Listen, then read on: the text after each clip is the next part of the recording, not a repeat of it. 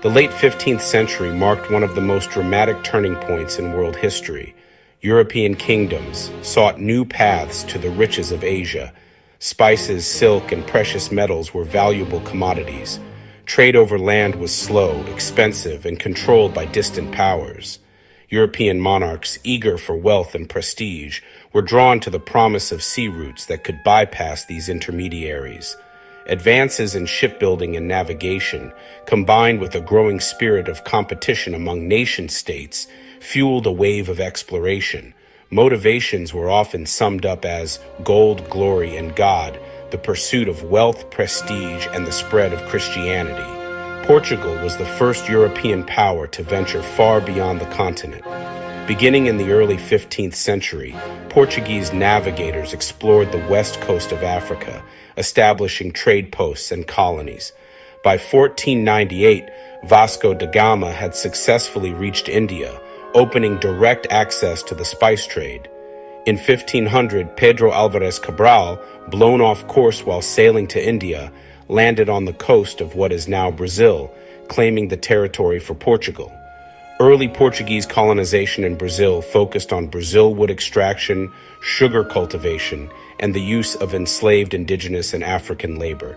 These early experiments would set the pattern for plantation economies that would soon spread throughout the Americas. Spain, determined to rival Portugal, looked westward.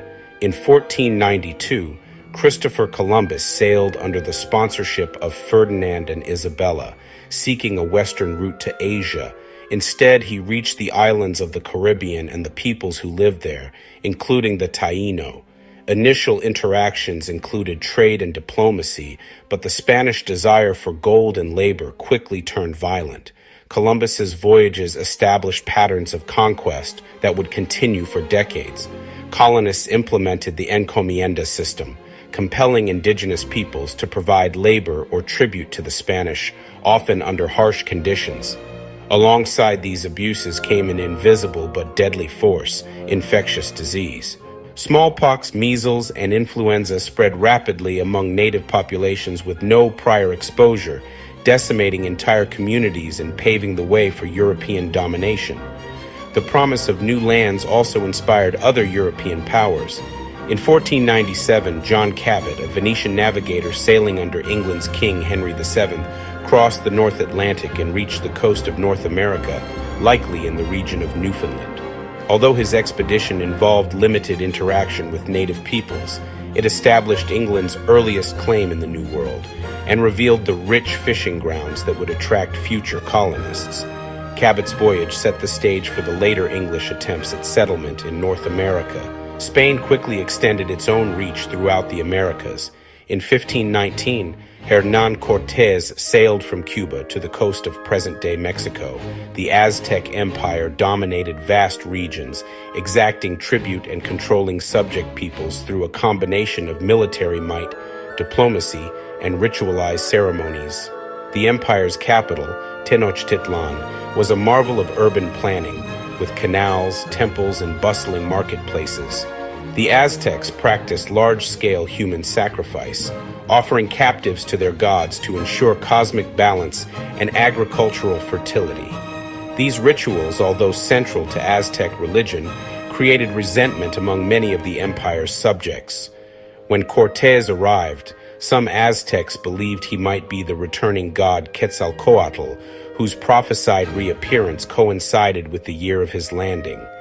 The Aztec king, Montezuma, initially welcomed the Spaniards into Tenochtitlan, offering them gifts of gold and hospitality. Cortés, sensing an opportunity, formed alliances with neighboring local tribes who resented Aztec domination. These native allies provided thousands of warriors, local knowledge, and logistical support, greatly strengthening the Spanish position.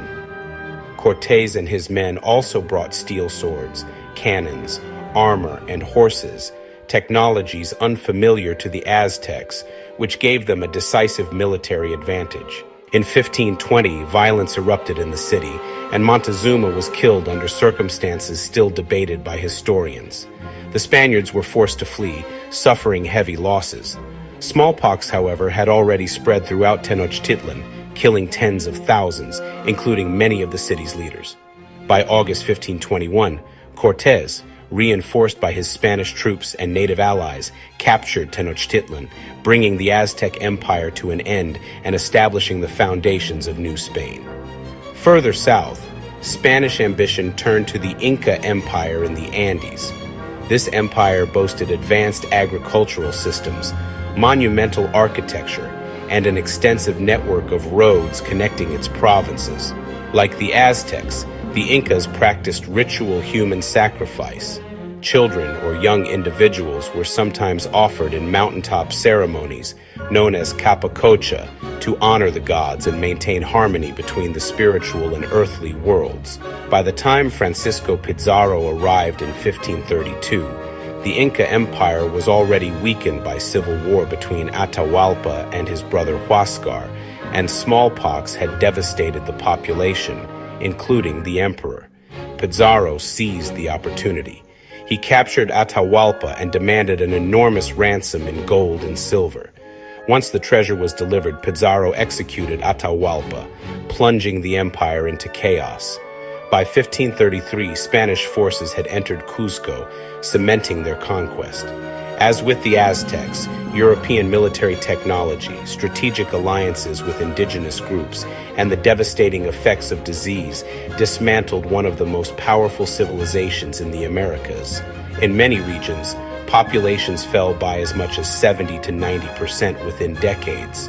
While Spain and Portugal built vast American empires, England's colonial ventures progressed more slowly. Nearly a century after Cabot's voyage, Queen Elizabeth I encouraged attempts to establish settlements. In 1585, the English founded a colony on Roanoke Island, off the coast of present-day North Carolina. The colony struggled with supply shortages, strained relations with the Algonquian peoples, and inconsistent support from England. By 1590, when a relief expedition returned, the settlement was deserted, leaving only the enigmatic word Croatoan carved into a post. The fate of the Roanoke colony still remains a mystery. In 1607, the Virginia Company established Jamestown along the James River. This first permanent English settlement faced disease, famine, and conflict with the Powhatan Confederacy. During the winter of 1609 and 1610, colonists even resorted to cannibalism to survive. John Smith enforced strict discipline, famously declaring, "He who shall not work shall not eat." The introduction of tobacco cultivation as a cash crop soon made Jamestown a model for the plantation system and would eventually result in the importation of African slaves. The first century of European contact transformed the Americas. Motivated by wealth, national rivalry, and religious zeal, Europeans crossed the Atlantic in growing numbers, establishing colonies, extracting resources, and reshaping indigenous societies. Portuguese Brazil thrived on sugar and slave labor. Spain ruled from Mexico to Peru. England planted the seeds of future colonies along the Atlantic coast. For native peoples, the consequences were devastating. European trade goods like metal tools, firearms, and textiles sometimes strengthened local economies or political structures. But Europeans also brought warfare, forced labor, displacement, and the collapse of traditional political systems. Infectious diseases spread quickly, decimating populations. From Columbus's first voyage in 1492 to Jamestown's founding in 1607, the Americas became a stage for both expansion and tragedy of an unprecedented scale. Europeans sought wealth, power, and religious influence. Indigenous peoples faced new challenges and fought for survival under new and often devastating conditions. These early centuries of contact set patterns of conquest, colonization, and conflict that would echo for centuries to come.